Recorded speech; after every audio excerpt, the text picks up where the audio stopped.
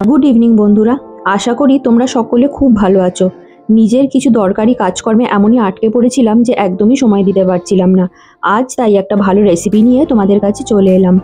এই চাটনি বানানোর জন্য নিয়েছিলাম কাঁচা আম আর একটা গোটা বড় ক্যাপসিকাম, তার সাথে একটা ছোট ক্যাপসিকাম। বড় ক্যাপসিকামটা এবার আমি ছোট ছোট মিডিয়াম পিসে কেটে নিয়েছিলাম। খুব ছোট পিস করব না, কারণ এটা মিক্সার গ্রাইন্ডারে গ্রাইন্ড করতে হবে। অনেক বেশি ছোট পিস করলে পেস্টটা খুব পাতলা হয়ে যাওয়ার সম্ভাবনা থাকবে।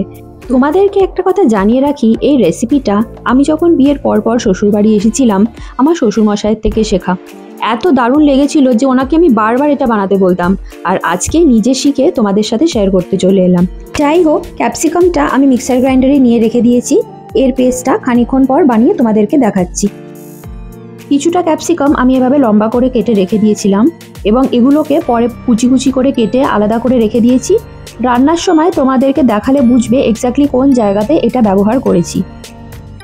এরপরে কাঁচা আমটাকে কুড়িয়ে নেওয়ার পালা।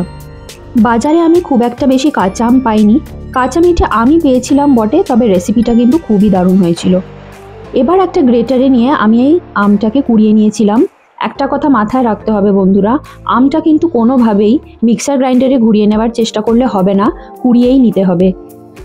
খুব বেশি পাতলা হয়ে গেলে কিন্তু চাটনি বানাতে একটু অসুবিধাই হবে।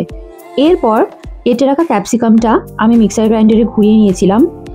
দেখে নাও, ক্যাপসিকামটা কিন্তু খুব একটা পেস্ট হয়নি, একটু কোর্স থেকে গেছে এবং সেটাই দরকার।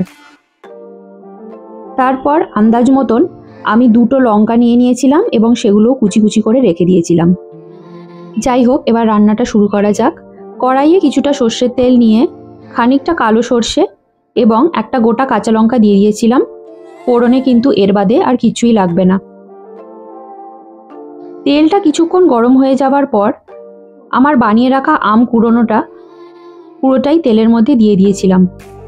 আমের কাঁচা গন্ধটা চলে যাওয়া অবধি ঠিক 2 থেকে 3 মিনিট আমি এই আমটা তেলের মধ্যে নাড়িয়ে নিয়েছিলাম এবং এরপরে বানিয়ে রাখা ক্যাপসিকামের পিউরিটা আমি এতে দিয়ে দিয়েছিলাম। বন্ধুরা, এই পুরো রান্নাটাই কিন্তু একটু সময় সাপেক্ষ, কারণ লো থেকে মিডিয়াম ফ্লেমেই করতে হবে। বেশি হাই ফ্লেমে করলে ক্যাপসিকাম বা কাঁচা আমের যে ফ্লেভারটা সেটা কেটে যেতে পারে। এরপর আন্দাজ মতো নুন আর চিনি দিতে হবে, তবে চিনিটা কিন্তু একবারেই দিলে হবে না, যেহেতু এটা পাকাতে একটু সময় লাগে। নুন, চিনি এবং জলের পরিমাণটা খুব বুঝে শুনে এবং টেস্ট পরিমাণ মতন আমাদেরকে দিতে হবে।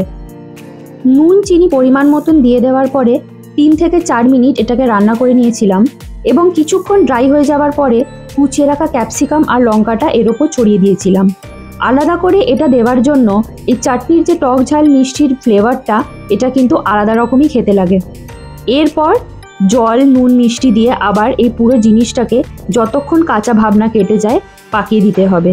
এবং মনে রাখতে হবে বন্ধুরা, এই চাটনিটা কিন্তু অন্যান্য আম বা আনারসের চাটনির মতন পাতলা হবে না, একটু ঘন, একটু পেস্ট ফর্মেই হবে এবং পাঁপড় দিয়ে খেতে কিন্তু দারুণ লাগে।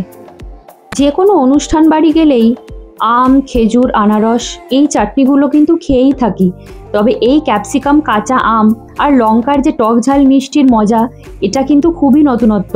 তোমরা কিন্তু অবশ্যই ট্রাই করো। বাড়িতে কোনো গেস্ট আসলে ট্রাই করতে পারো এবং আমাকে কিন্তু কমেন্ট সেকশনে জানাতে ভুলো না।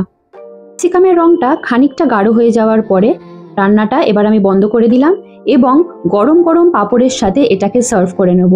বন্ধুরা, তোমাদের যদি আমার এই ভিডিওটা ভালো লেগে থাকে আমার ইউটিউব চ্যানেলটা অবশ্যই সাবস্ক্রাইব করো।